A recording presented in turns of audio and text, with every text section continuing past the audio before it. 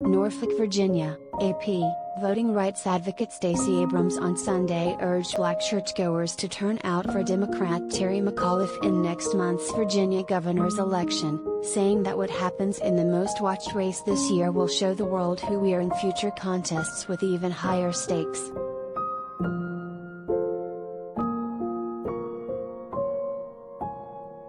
Abrams has become a leading national voice in the party since narrowly losing the 2018 race for governor in Georgia. With her appearances at 3 churches in Norfolk, Abrams is joining other political heavyweights in trying to ensure that a state trending increasingly Democratic in recent years does not flip back to the Republican column on November 2nd.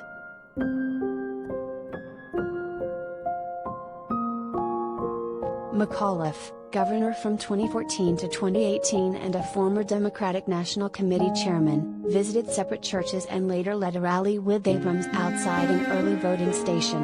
"We got to get everybody out to vote," he said.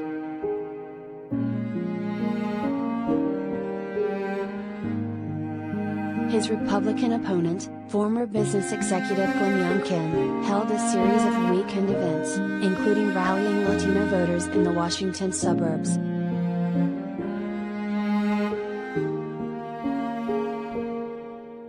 "I am the daughter of not one, but 2 pastors," said Abrams, who, like all attendees entering 2nd Calvary Baptist Church, showed a card indicating that she was fully vaccinated against the coronavirus.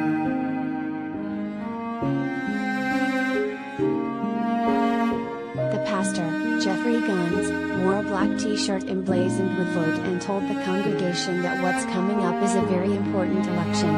He repeated the phrase to louder applause and cries of "Amen."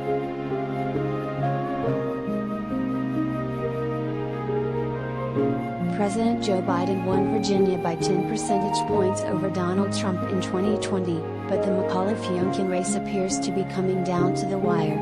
To shore up the contest they hope will give them momentum heading into next year's midterms, when the party's narrow control of Congress is at stake.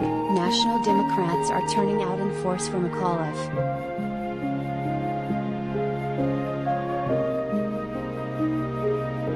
First Lady Jill Biden campaigned with him on Friday. Former President Barack Obama is coming this week. Atlanta Mayor Keisha Lance Bottoms visited 3 black churches in Richmond on Sunday. Vice President Kamala Harris, in a video to be seen at 300 churches statewide for the next 2+ weeks, calls McAuliffe the leader Virginia needs at this moment. Biden is planning his own visit.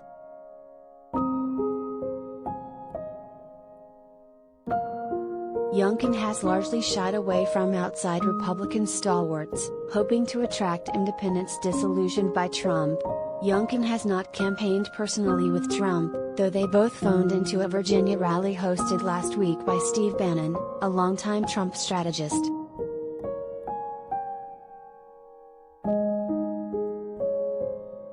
Abrams told the congregations that in McAuliffe's first term as governor, he increased funding for education and ensured that tens of thousands of former felons and others who had been removed from voter rolls had their right to the ballot box restored.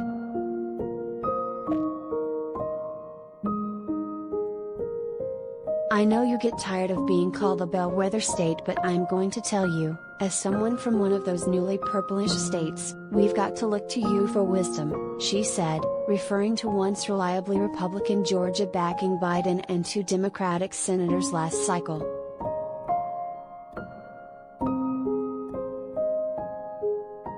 During a subsequent stop, Abrams appealed to her audience, "What you say in 2021 will show the world who we are in 2022 and 2024 and beyond."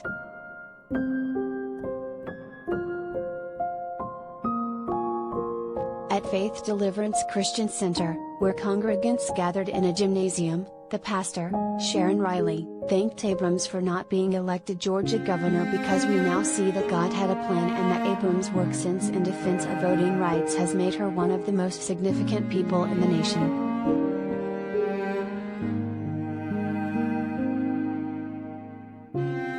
Abrams said when she first began running for office, she felt mixing politics and church was bad.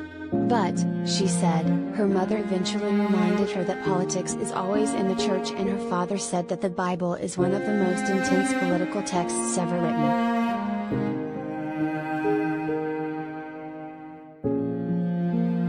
Voting is an act of faith, Abrams said. I need you to do the job.